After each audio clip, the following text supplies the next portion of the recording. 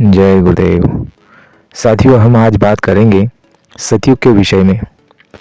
सतयुग की घोषणा करने वाले परम संत बाबा जय गुरुदेव जी महाराज, इन्होंने देश के अंदर जगह जगह सतयुग आगमन साकेत यज्ञ रचाए।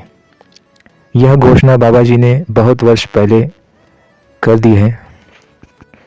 उन्होंने कहा कि कलयुग में कलयुग जाएगा और कलयुग में सतयुग आएगा। तो आइए हम जान लेते हैं सबसे पहले कि जो 3 यज्ञ बाबा जय गुरुदेव जी महाराज ने किए वो कहाँ कहाँ पर और किस किस तारीख को वह यज्ञ किए।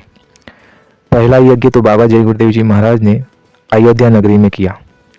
अयोध्या में जो यज्ञ हुआ 22 मई से 28 मई 1977 में, वह यज्ञ बाबा जय गुरुदेव जी महाराज ने लाखों लोगों की उपस्थिति में निर्विघ्न वहाँ पर वह संपन्न हुआ, और जिसमें कहा था कि एक देवता प्रसन्न किए गए और उस वर्ष जो है अनाज उत्पन्न बहुत निकला था।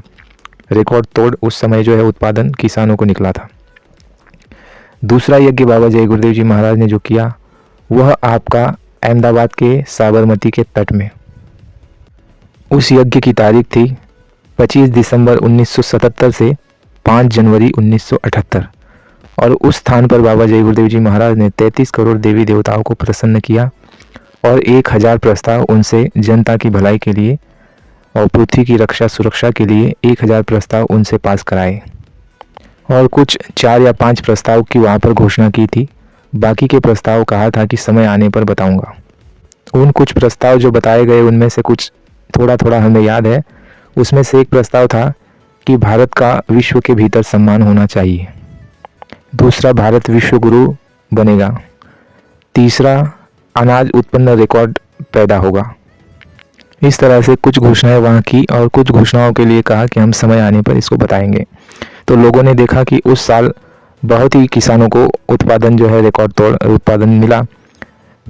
उस यज्ञ में बाबा जय गुरुदेव जी महाराज ने अपने प्रेमियों को कहा था कि यहाँ की रेत को उठा कर ले जाओ और अपने खेत में डाल देना, और इस रेत का प्रभाव यह होगा कि मीलों तक इसका जो प्रभाव जाएगा और अनाज रिकॉर्ड उत्पन्न होगा, और ठीक वैसे ही हुआ। तीसरा यज्ञ बाबा जय गुरुदेव जी महाराज ने काशी विश्वनाथ बम्बोली की भूमि पर किया। वह समय था 15 फरवरी से 25 फरवरी 1979। उस यज्ञ के द्वारा शिवजी को वहाँ पर प्रसन्न किया गया। तो इस तरह से 4 यज्ञ बाबा जय गुरुदेव जी महाराज ने किए। तो 4 यज्ञ की बात गुरु महाराज ने कही थी, 4 यज्ञ होंगे उसके बाद सतयुग उतरेगा।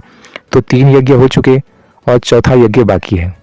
तो लोगों को बहुत सारी शंका है कि चौथा यज्ञ कब होगा, कैसे होगा, कौन करेगा। तो उस विषय में बाबा जय गुरुदेव जी महाराज की चलिए एक वाणी निकाल करके लाते हैं, उससे आपको समझने में आसानी होगी। तो चलिए सबसे पहले वाणी से शुरुआत करते हैं। वाणी बाबा जय गुरुदेव जी की सतयुग के विषय में। सतयुग आगमन के लिए 3 यज्ञ कर दिए हैं। पहला यज्ञ मई 1977 अयोध्या। दूसरा यज्ञ जनवरी 1978 साबरमती अहमदाबाद। तीसरा यज्ञ फरवरी 1979 दशाश्वमेध घाट काशी। और बच्चा चौथा यज्ञ अभी बाकी है, जिसकी घोषणा मैं 10 महीने पहले कराऊंगा। वह समय सतयुग आगमन का यज्ञ होगा। तुम धन और समय बचाकर रखना, मैं किसी समय आह्वान कर सकता हूँ, और उस कार्यक्रम में 10 करोड़ प्रेमी इकट्ठा होंगे। चौथा यज्ञ ऐसे जगह पर होगा जहाँ कोई तीर्थ स्थान नहीं है, ना ही कोई प्रसिद्ध नदी का तट है जैसे यहाँ काशी में है। एक वीरावान जंगल में छोटी सी नदी अवश्य होगी, जहाँ दूर दूर तक मैदान, वृक्ष व झाड़ियाँ होगी, और 10 करोड़ लोग यज्ञ में उपस्थित होंगे। उस समय मैं सतयुग आने की तारीख बताऊंगा। उस समय ऐसा दृश्य होगा कि 10 मील तक आदमी के पीछे आदमी दिखाई देंगे। तो साथियों, आपने समझा कि चौथे यज्ञ के लिए बाबा जय गुरुदेव जी महाराज ने क्या बताया। अब चलिए ये जानने का प्रयास करते हैं कि कलयुग की उम्र तो 4,32,000 वर्षों की है, फिर भी बीच में सतयुग लाने की आवश्यकता क्यों पड़ी। वाणी बाबा जय गुरुदेव जी। अभी कलयुग के आए 5000 साल हुए हैं, लेकिन इस अल्पवधि में जो पाप कलयुग के अंतिम चरण में होने चाहिए थे वह अब इस समय हो रहे हैं। इसीलिए इसी युग में कुछ समय के लिए सतयुग आ रहा है। अब जिस दिन दोनों की टक्कर होगी तो महाभारत होगी, और एक झटके में 20 करोड़ लोग समाप्त हो जाएंगे। कलयुग का समय अभी पूरा नहीं हुआ है। उसके प्रथम चरण में ही पाप इतना बड़ा कि महात्माओं ने युग परिवर्तन की मौज की। इसी कलयुग में सतयुग आएगा और कलयुग जाएगा। उसके बाद फिर कलयुग लग जाएगा। एक संदर्भ में पत्रकारों से बाबा जी ने कहा कि इन लोगों से पूछिए, ये बताएंगे। मैंने देश में बहुत बड़ी मेहनत की है और बहुत कुछ कहा है। अब आप देखते जाइए कि देश व दुनिया में क्या क्या होता है। इतना जरूर है कि ऐसा परिवर्तन होगा जो अभी किसी के दिल दिमाग में नहीं है। मानव धर्म आएगा, कर्म आएगा और बहुत कुछ होगा। मेरी मेहनत बेकार नहीं जाएगी। अब राम और कृष्ण को तीर धनुष या चक्र सुदर्शन चलाने की जरूरत नहीं पड़ेगी। सबकी क्रिया कर्म की तलवार से ही सफाया कर देगी। फिर परिवर्तन हो जाएगा। सूरज पूरब से निकलना बंद कर दे और पश्चिम से निकलने लगे, यह तो हो सकता है, लेकिन बाबा जी के मुख से निकली कोई बात इधर उधर होने वाली नहीं है। हमारी पुरानी पत्रिकाओं को लोग ढूंढेंगे, परिवर्तन होगा और इसका इतिहास बनेगा। महापुरुष की याद तो जब तक सृष्टि रहेगी तब तक बनी रहेगी। मेरा संदेश भारत में ही नहीं सारे विश्व में फैल जाएगा। मेरे इन संदेशों का अनुवाद अनेक भाषाओं में होगा। भारत क्या सारे विश्व के लोग निकट भविष्य में इन संदेशों को सुनने के लिए व्याकुल हो उठेंगे। ये छोटे छोटे वाक्यों से किताब बन जाएगी। यह एक भाषा में नहीं अनेक भाषाओं में बनेगी। जहाँ जहाँ बैठकर महात्माओं ने भजन किया और मालिक को प्राप्त किया, उसी भूमि का जर्रा जर्रा पवित्र हो जाता है। वह शांति मिलती है। मिट्टी उठा ले जाना कभी कभी आजमाइश के लिए।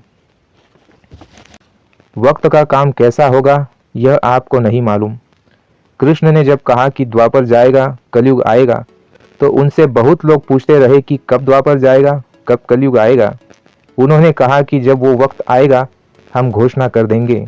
कुछ लोगों ने कहा कि ऐसा कुछ भी नहीं होगा, लेकिन वक्त आया तो 18 दिन में महाभारत में भारी विनाश हो गया।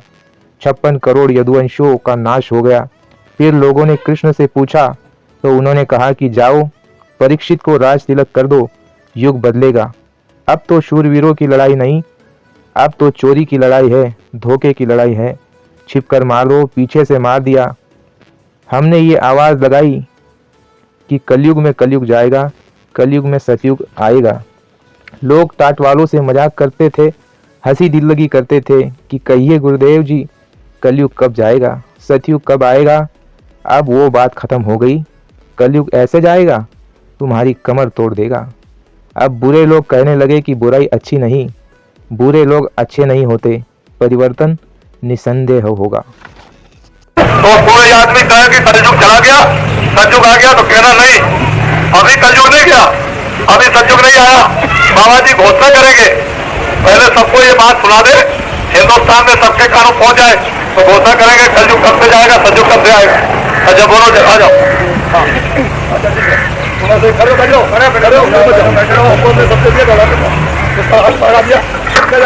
सबसे